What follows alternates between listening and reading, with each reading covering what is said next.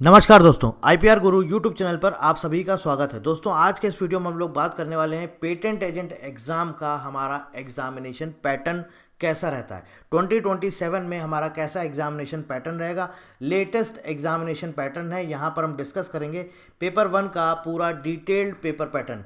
Next video में हम paper 2 के बारे में आपको डिटेल में बताएंगे। साथ ही साथ इसका पीवाईक्यू जो कि 2026 जनवरी में आपका एग्जाम हुआ था, वो पीवाईक्यू भी हम आपको प्रोवाइड कराएंगे। इस वीडियो में हम आपको वो डिस्कस करने के बाद, एग्जामिनेशन पैटर्न डिस्कस करने के बाद पीवाईक्यू भी दिखाएंगे, किस तरह के क्वेश्चन पूछे जाते हैं वो भी हम आपको बताएंगे।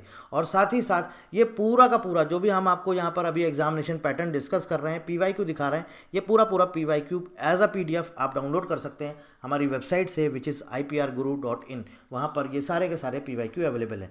आगे बढ़ने से पहले सबसे पहले और सबसे इंपॉर्टेंट चीज़ ये समझिए कि आपका जो ये पेपर का जो पैटर्न है, बेसिकली एग्जाम का जो स्ट्रक्चर है, इसको समझना बहुत ज़रूरी है, क्योंकि बहुत सारे कैंडिडेट्स के मन में बहुत कन्फ्यूज़न रहता है।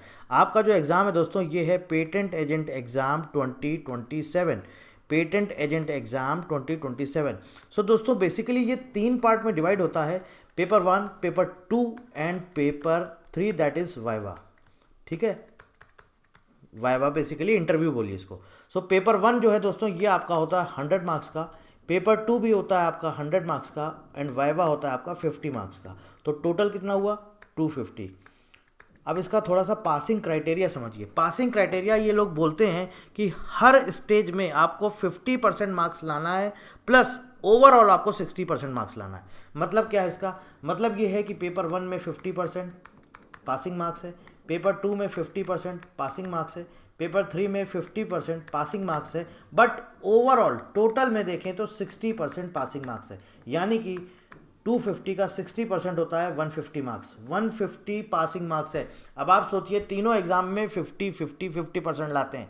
मतलब सपोज पेपर 1 में आप 50 मार्क्स लाए, पेपर 2 में आप 50 मार्क्स लाए, पेपर 3 में आप 50% मार्क्स लाए, यानी कि कितना हुआ आपका 25। ओवरऑल टोटल करेंगे तो कितना हुआ 125। यानी कि आप एग्ज़ाम क्वालिफाई नहीं कर पाए, या आप क्वालिफाइड नहीं माने जाएंगे, लिख के आ जाएगा नॉट क्वालिफाइड। बिकॉज जो इनका क्राइटेरिया है ओवरऑल टोटल का 60% चाहिए, वो आप क्वालिफाई नहीं कर पाए। तो देखिए इसमें तरीका होता है कि हमारी स्ट्रेटजी होती है, प्लानिंग होती है कि हम कैसे मैक्सिमम स्कोर कहाँ पर कर पाएँ। तो उसका सबसे सिंपल तरीका क्या है? देखिए पार्ट 1 जो हमारा पेपर 1 होता है, बहुत आसान रहता है, ऑब्जेक्टिव रहता है, एमसीक्यू बेस्ड रहता है। अगर आपने पेटेंट एक्ट को बहुत अच्छे से पढ़ा हुआ है तो आप इसमें बहुत मैक्सिमम स्कोर कर सकते हैं। मतलब 70 to 80 तक आप यहाँ पर स्कोर कर सकते हैं।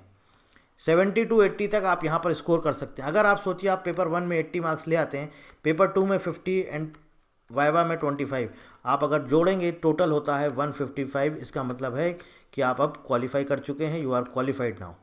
समझ गए आप बात? तो ये आपकी स्ट्रेटजी ऐसी होनी चाहिए, ऐसी प्लानिंग होनी चाहिए कि मुझे ओवरऑल तो सारे के सारे हर एग्जाम में 50% तो लाना ही लाना है, एंड टोटल मुझे 150 क्रॉस करना है। ये आपकी प्लानिंग होनी चाहिए। अब इसका एग्जामिनेशन पैटर्न देख लेते हैं दोस्तों। बेसिकली 3 पार्ट में डिवाइड है, पार्ट ए, फिर पार्ट बी को फर्दर 2 पार्ट में डिवाइड किया जाता है, एंड पार्ट सी को भी फर्दर 2 पार्ट में डिवाइड किया जाता है। पार्ट ए में आपके दोस्तों यहाँ पर 30 क्वेश्चन होते हैं, पार्ट बी में टोटल आपके यहाँ पर 10 क्वेश्चन होते हैं, एंड पार्ट सी में भी आपके टोटल 10 क्वेश्चन होते हैं। यानी कि टोटल नंबर ऑफ क्वेश्चन जो है दोस्तों, वो आपके होते हैं 50 क्वेश्चंस। एंड टोटल मार्क्स की अगर हम बात करें तो ये आपका 100 मार्क्स का पेपर होता है। पार्ट ए है ये आपका 60 मार्क्स का होता है, पार्ट बी जो है दोस्तों ये आपका 10 मार्क्स का होता है, एंड पार्ट सी आपका 30 मार्क्स का होता है। पार्ट ए में आपके 30 क्वेश्चंस ऑब्जेक्टिव होते हैं, एमसीक्यू बेस्ड। हर एक क्वेश्चन 2 मार्क्स का, 2 नंबर का होता है। टोटल आपका बनता है 60 मार्क्स पेपर। उसके बाद सेकंड पार्ट आता है हमारा पार्ट बी, दैट इज उसको आगे फर्दर डिवाइड किया जाता है B1 एंड B2। इसमें असर्शन या रीजनिंग टाइप क्वेश्चन होते हैं और ट्रू फॉल्स टाइप के क्वेश्चन होते हैं। तो हर एक क्वेश्चन 1 नंबर का होता है। 5-5 क्वेश्चन दोनों पार्ट में आते हैं, पार्ट B1 में 5 क्वेश्चन एंड पार्ट B2 में 5 क्वेश्चन। सो टोटल आप देखिए यहाँ पर 5 क्वेश्चन 1 नंबर का 5 मार्क्स, फिर 5 क्वेश्चन 1 नंबर के 5 मार्क्स। पार्ट सी को भी 2 पार्ट में डिवाइड किया जाता है। यहाँ पर कॉन्सेप्चुअल बेस्ड या केस स्टडी से रिलेटेड या रिसेंटली आपका इंपॉर्टेंट जजमेंट्स होते हैं उससे रिलेटेड क्वेश्चंस यहाँ पर पूछे जाते हैं। तो पार्ट सी में भी आपका देखिए 2 पार्ट में डिवाइड किया जाता है, C1 एंड C2। यहाँ पर भी 5-5 क्वेश्चन पूछे जाते हैं, बट हर एक क्वेश्चन की मार्किंग बढ़ा दी जाती है, 3-3 नंबर के यहाँ पर क्वेश्चन हो जाते हैं। तो 3 मार्क्स का यहाँ पर ये होता है पूरा। तो C1 आपका टोटल 15 मार्क्स। ऐसे ही पार्ट C2 में टोटल आपके 5 क्वेश्चन 3-3 नंबर के होते हैं, तो ये होते हैं हमारे 15 मार्क्स। टोटल हो जाता है हमारा 100 मार्क्स। किसी तरह की निगेटिव मार्किंग दोस्तों यहाँ पर नहीं होती है। ठीक है, नो नेगेटिव मार्किंग। अब बात करते हैं इसका एलिजिबिलिटी क्राइटेरिया। उसके लिए मैं आपको ऑलरेडी रिसेंटली वीडियो दे चुका हूं। अगर आप साइंस ग्रेजुएट हैं, साइंस या टेक्निकल फील्ड से हैं आप और ग्रेजुएशन आपने किया हुआ है, तो आप इसके लिए अप्लाई कर सकते हैं। एज के लिए किसी तरह का कोई रेस्ट्रिक्शन नहीं है, कोई age maximum minimum age 21 years चाहिए, मैक्सिमम एज के लिए कोई लिमिटेशन नहीं है, कोई रेस्ट्रिक्शन नहीं है। और simple educational qualification, science background. Science background क्या हो सकता है? टेक्निकल बैकग्राउंड जैसे आपका बीएससी हो गया, बी हो गया, बीटेक हो गया, एमएससी हो गया, बी फार्मा हो गया, ठीक है ना। ये सब क्या है? ये सब साइंस ग्रेजुएट। तो ये सारे लोग एलिजिबल हैं। और प्लस एज का जो क्राइटेरिया रखा है इन्होंने, minimum 21 years and maximum, minimum आपका 21 ईयर्स है एंड मैक्सिमम में दोस्तों किसी तरह का कोई रेस्ट्रिक्शन नहीं है। इसके ऊपर मैं आपको डिटेल्ड वीडियो दे चुका हूँ। इसके साथ साथ आपको इस एग्जाम की तैयारी करनी है तो आप हमारे साथ बने रहिए, क्योंकि हम इस एग्जाम की तैयारी भी आपको करवाएंगे। साथ ही साथ आपको स्टडी मटेरियल्स, PYQ सब कुछ प्रोवाइड कराएंगे, which is already available. PYQ हमारी वेबसाइट पर भी अवेलेबल है, दैट इज़ iprguru.in। अब चलते हैं सीधे, देख लेते हैं एक बार वो प्रीवियस ईयर क्वेश्चन पेपर जो कि अभी जनवरी 2026 में हुआ है।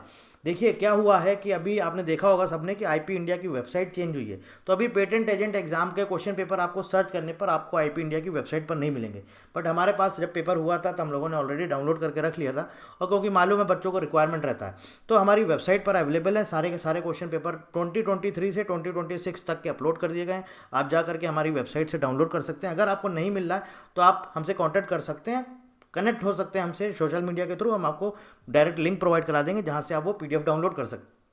इसके साथ साथ जो बाकी के इसके रिमेनिंग ईयर्स हैं 2022 से और 2000 के बीच में, वो भी हमारी वेबसाइट पर 1 से 2 दिन के अंदर अंदर अवेलेबल हो जाएंगे। वो सारे के सारे क्वेश्चन पेपर, यानी कि पूरा प्रीवियस ईयर क्वेश्चन पेपर 2000 से लेकर के 2026 तक का आप पूरा क्वेश्चन पेपर डाउनलोड कर सकते हैं। चलिए अब एक बार देखते हैं सीधे वो क्वेश्चन पेपर। देखिए दोस्तों, ये आपके सामने क्वेश्चन पेपर है, IP इंडिया की वेबसाइट से लिया गया है, और ये सेट C है। टोटल 4 सेट होते हैं, set A, set B, set C and set D। तो ये सेट C है। बाकी सेट भी हमारी वेबसाइट पर अवेलेबल हैं, आप वो भी चाहें तो वो भी डाउनलोड कर सकते हैं। बट सब सिर्फ क्या है कि उनका पैटर्न, मतलब बेसिकली क्वेश्चंस को इधर उधर शिफ्ट कर दिया गया, शफलिंग कर दी गई, बाकी हैं सब सारे के सारे सेम क्वेश्चन। तो ये सेट C है, इसका आंसर की भी अवेलेबल है, और साथ ही साथ इसका पूरे के पूरे क्वेश्चन पेपर का सॉल्यूशन हम बहुत जल्द आपको अपने YouTube चैनल पर प्रोवाइड कराएंगे।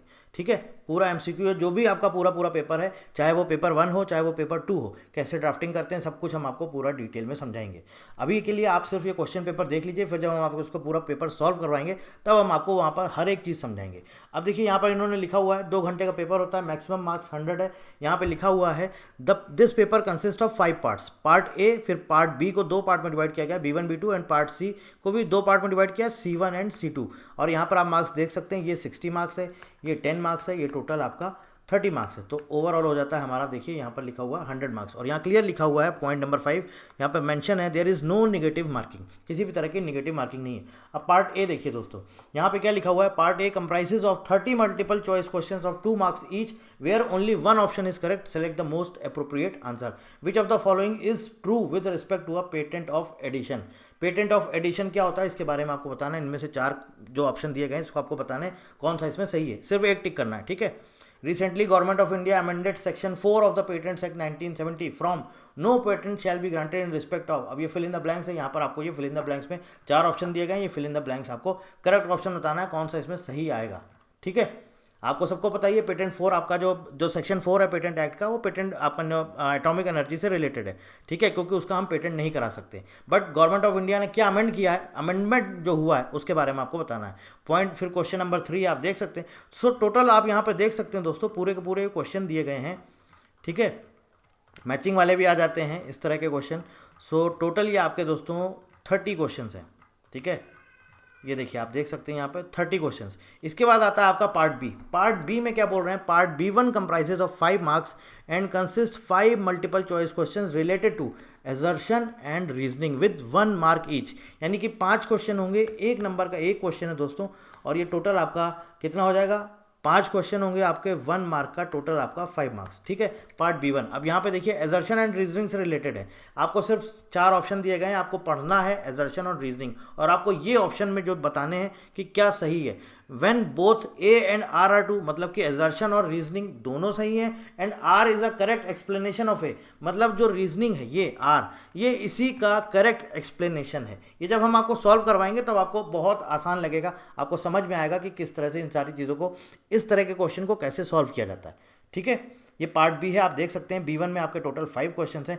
इसके बाद देखिए दोस्तों आपका B2 आ जाता है, इसमें भी फिर से 5 क्वेश्चन हैं, लेकिन ये आप देखिए यहाँ पर क्या लिखा हुआ है, 5 multiple choice question related to true और फॉल्स। ये ट्रू और फॉल्स से रिलेटेड आ जाते हैं। अब आपको ये बताना है statement 1 statement 2, when statement 1 is true and statement 2 is false. अगर मान लीजिए सपोज इस क्वेश्चन में स्टेटमेंट 1 ट्रू है और स्टेटमेंट 2 फॉल्स है, तो आपको ऑप्शन ए टिक करना है। ठीक है, इस तरह से किया जाता है। बाकी जब सॉल्व करवाएंगे पूरा पेपर तब आपको हम डिटेल में बताएंगे।